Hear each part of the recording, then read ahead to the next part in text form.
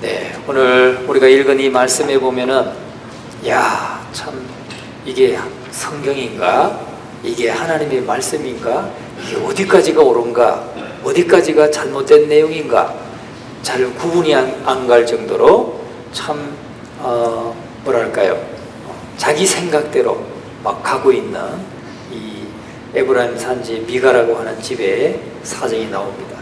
오늘 우리가 16장은 오전에 그의 말씀을 삼손의 일생에 대해서 간단히 말씀을 들었기 때문에 이제 17장부터 말씀을 상고하도록 하겠습니다.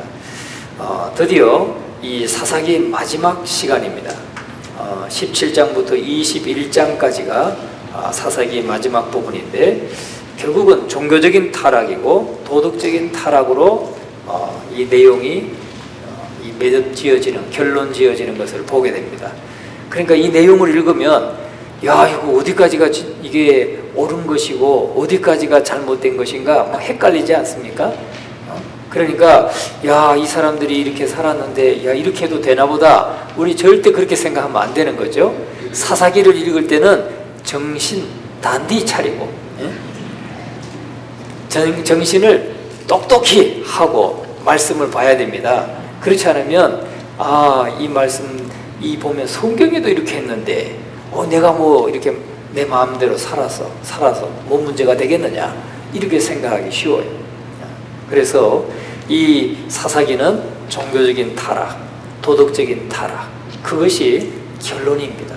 그래서 타락한 세상의 모습을 그대로 보여주고 있는 거예요. 하나도 숨김없이. 그러니까 오늘 저와 여러분의 삶은 적어도 이 사람들보다는 좀 낫잖아요. 이것도 교만인가요? 그런데 이 사람보다는 나은 것 같아요. 그러나 하여튼 이 말씀을 보고 이 사람들도 이렇게 살았으니까 이렇게 살아도 괜찮은가 보다 절대 그렇게 생각하시면 안 된다 하는 것이죠. 우리가 사사기를 보면은 사사기는 1장부터 3장 6절까지 말씀을 보면 하나님의 말씀을 부분적으로 순종하다가 이방 민족을 내보지 못하고 도리어 가나안 족속처럼 동화되어서 하나님을 떠나고 우상 숭배하는 모습을 보여주고 있습니다. 처음에는 부분적으로 순종하다가 나중에는 완전히 불순종하는 그런 이방 가나안 족속과 똑같이 돼. 그리고 오히려 뭐 불순종하는 그것을 떠나서 그냥 완전히 우상을 숭배하고 있는 그런 모습을 볼 수 있습니다. 그리고 3장 7절부터 6장까지는 하나님을 왕으로 인정도 안 하고 왕이 없다고 하면서 자기 마음대로 살던 이스라엘 백성들의 모습이 나옵니다. 그런데 그 이스라엘 백성들의 모습은 사이클로 나온다고 그랬죠. 사이클. 평안하면 우상 숭배하고 범죄하는 거예요. 하나님 앞에 범죄하면 하나님이 뭐 하십니까? 징계를 내리셔요. 징계는 뭐예요? 고난이죠. 그 징계를 내리면 그 징계 속에서 살다가 도저히 이제 견딜 수 없으면 하나님 우리가 잘못했어요. 우리 좀 살려주세요. 그러면 하나님이 사사를 세워서 구원해 주시고 또 구원을 받아서 태평하게 되면 또 다시 넘어져서 우상을 섬기고 이러한 사이클이 몇 번이나 나온다고 그랬어요? 7번. 여러분 이걸 누가 알겠어요? 대한민국에 성경대 탐험하는 교회만 알 거예요. 7번이 나온다. 여러분 잊지 마시기 바랍니다. 7번. 그 다음에 7장부터 이제 21장까지 7장부터 21장까지 이 부분이 결론 부분에 해당하는 것인데 이 17장부터 21장까지 우리가 오늘 읽은 이 17장부터 21장까지가 사사기의 결론적인 부분입니다. 그런데 16장부터 16장 25절에서 이제 내용이 끝이 나야 하는데 삼손이 죽고 장사 지냈다고 하는 말로 끝나야 되는데 이 17장부터 21장까지는 사사기의 부록과 같은 부분이에요. 부록과 같은 부분. 그래서 예를 들면 사사기 시작에서 첫 사사가 등장하는 연도가 BC 1390년입니다. BC 1390년. 온닐이 등장한 첫 번째 사사 온닐이 등장한 연도가 1390년입니다. 그리고 삼손이 활동한 시기는 1080년. 1080년이니까 굉장히 삼손은 12번째 사사니까 굉장히 오랜 시간이 지난 거죠. 약 310년, 310년의 차가 있는 겁니다. 첫 번째 사사부터 310년 뒤에 사사가 바로 삼손이었어요. 그리고 그가 죽은 연도가 1060년이니까 BC 1060년 정도로 우리에게 알려주고 있습니다. 그러다가 17장에서 기원전 1350년으로 표기가 되고, 그래서 17장은 3장과 4장 사이의 연도가 되는 것입니다. 그러니까 4장의 내용이 기원전 1225년 정도가 되는 거죠. 우리가 여기 17장 보면 미가 집의 제사장 BC 1350년 하고 이 연도가 대략 써 있어요. 그러니까 여러분이 참고하시면 되겠는데, 이 17장부터 21장까지는 두 가지 사건이 나옵니다. 두 가지 사건이 나오는데, 우리가 보면 이 두 가지 사건은 결론적으로 우리에게 명시하려고 하는 것이 있는데, 그것이 무엇이냐면은 결론적으로 뭐냐, 그때에는 이스라엘의 왕이 없으므로 자기 소견에 옳은 대로 행하였다 하는 것이 이 17장부터 21장까지의 전체적인 결론이고 주제입니다. 왕이 없었기 때문에 자기 소견에 옳은 대로 행하였더라. 이 시대도 마찬가지죠. 이 시대도, 지금 우리가 살아가고 있는 이 시대도 우리를 다스리는 왕이 없으면 어떻게 됩니까? 자기 마음대로 사는 거예요.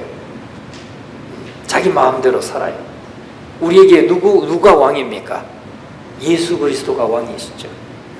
우리나라에 지도자가 있지만 우리 간섭합니까? 간섭 안 하잖아요.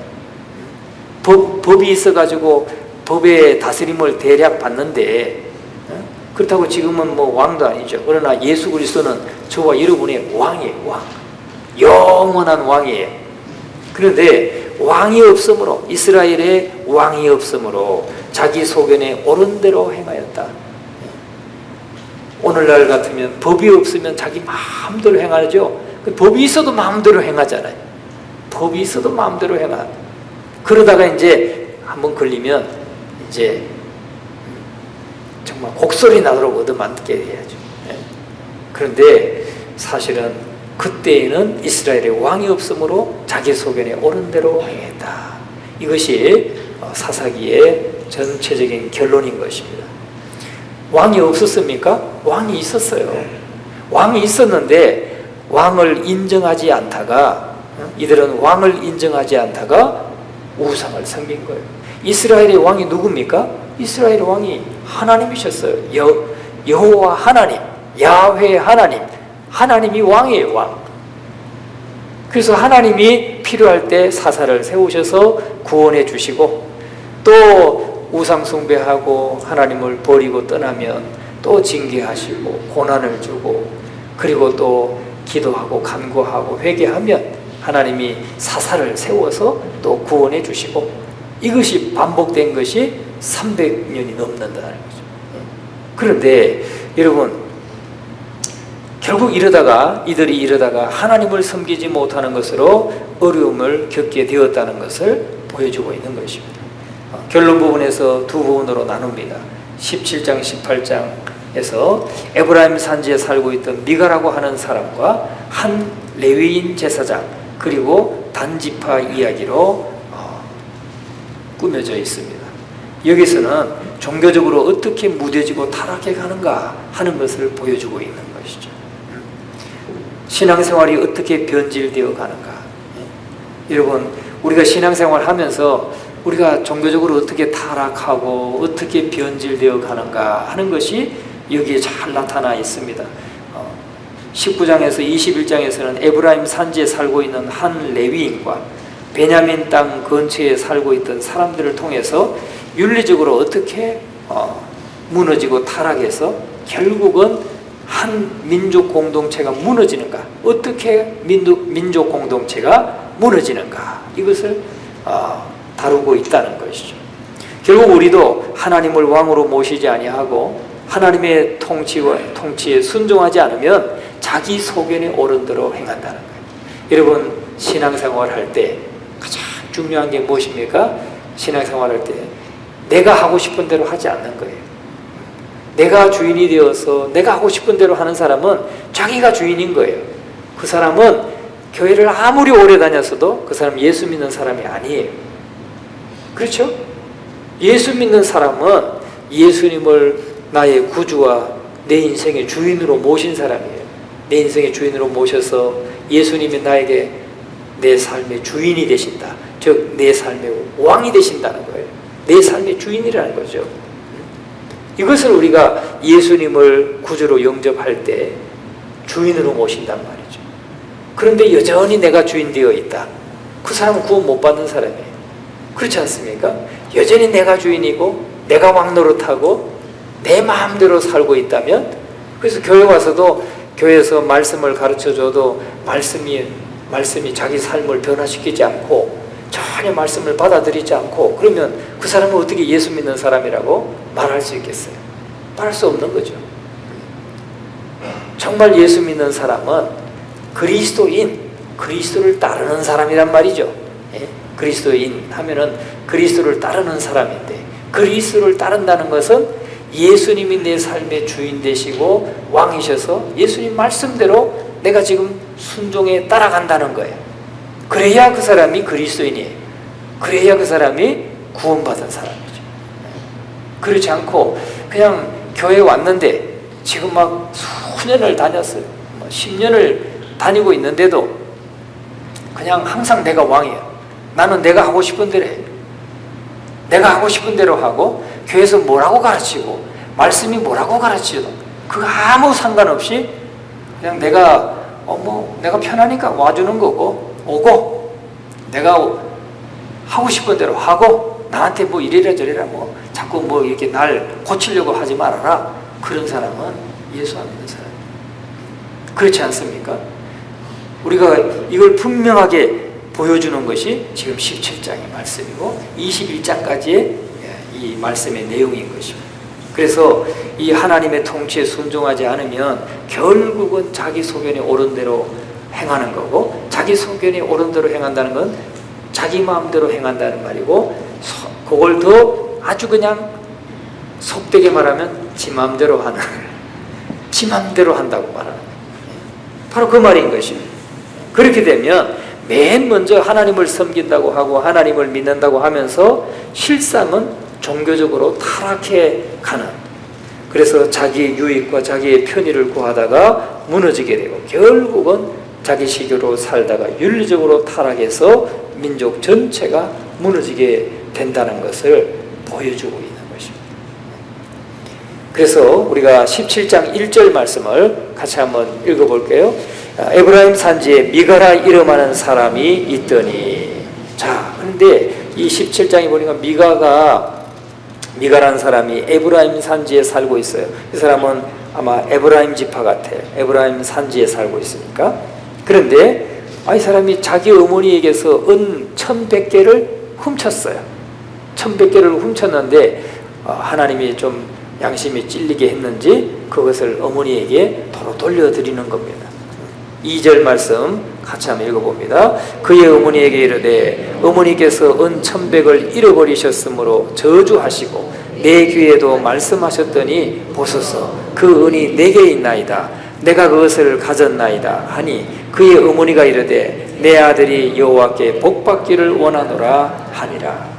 여러분, 지금 어머니가 아마 날마다 저주하는 것 같아요. 그놈의 새끼, 어떤 놈의 새끼인지 그냥 이 벼락을 맞을 놈 하고 아마 저주를 많이 했어요.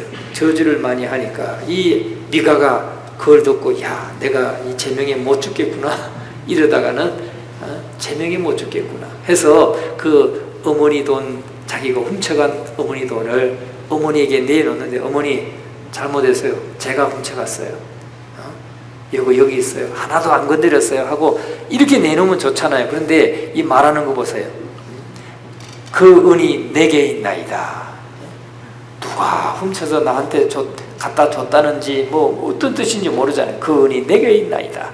내가 그것을 가졌나이다 하니까 그의 어머니가 내 아들아 여호와께, 내 아들이 여호와께 복 받기를 원하노라. 이거 정상적입니까? 이놈의 자석 잘못했다고 빌어. 그러면 내가 용서해 줄게. 이게 정상이잖아요. 그런데 그를 축복하고 있어요. 하나님께 복을 받게 해달라고 축복하고 있는 것을 보게 됩니다. 자식의 삶 자체에 잘잘못을 말해야 하는데 전혀 그렇게 그런 것 없이 돈만 있으면 된다는 신앙이죠. 돈 찾았으니까 관계없다. 이런 신앙인 거예요. 은 1100개의 화폐적 가치는 사사기 17장 10절 말씀에 보면은 제사장을 후하게 해서 연봉으로 은 10개를 줬어요. 제사장에게 은 10개를 1년 연봉으로 줬어요. 그리고 의복 한 벌을 주는 장면이 17장 10절에 나오죠. 17장 10절에 미가가 그에게 이르되 네가 나와 함께 거주하며 나를 위하여 아버지와 제사장이 되라. 내가 해마다 은 10과 의복 한 벌과 먹을 것을 주리라. 그러니까 먹여주고 그 다음에 은 10개를 주고 옷 한 벌 주겠다. 이것이 제사장의 1년 연봉이었어요. 그런데 은 1100이면 이거 얼마나 많은 거예요. 110년의 연봉이잖아요. 110년의 연봉. 그러면 110년 동안 하나도 쓰지 않고 모아야 되는 금액인 것입니다. 그렇다고 보면 이게 어마어마한 돈인 거예요. 그 돈을 훔쳤는데 그걸 도로 되찾았다고 해서 아들의 그 잘못 훔쳐간 그 도둑질한 그것을 꾸짖지 아니하고 그냥 돈 있으면 됐다 하는 이런 신앙이 바로 이 미가의 어머니의 신앙이었다는 것이죠. 그리고 그 돈을 찾고서 어머니는 감사해서 그것을 하나님께 드리겠다고 말합니다. 그러면서 하는 말이 그 중에서 은 200개를 떼어가지고 자기 아들을 위해서 은신상을 만들겠대요. 이게 온전한 신앙이라고. 하나는 새겨서 만들고 하나는 부어서 만들었어요. 그랬더니 그 아들은 그 은신상을 하나님으로 또 여기는 거예요. 자기 마음에 그냥 자기 생각대로 자기가 생각할 때 뭐 옳은 대로 그냥 하는 거예요. 하나님을 섬기려고 성전을 하나 짓고 보니까 하나님만 있는 것이 뭔가 좀 부족한 것 같아서 그래서 그 가나안 땅에 소위 복을 가져다 준다고 하는 드라빔을 만들어서 거기다가 두는 것입니다. 그러고 보니까 하나님도 있고 성전도 있는데 가만 보니까 제사장이 입는 에봇 하나 있으면 좋겠다 해가지고 제사장이 입는 옷 하나도 만듭니다. 그러고 보니까 제사장의 의복 에봇은 있는데 뭐가 없어요? 제사장이 없어. 그러니까 제사장을 이제 자기 아들이 레위인도 아니고 제사장도 아닌데 그 아들을 제사장으로 삼아버려요. 자, 제사장으로. 5절 말씀에 나오죠. 그리고 5절과 6절 같이 한번 읽어볼게요.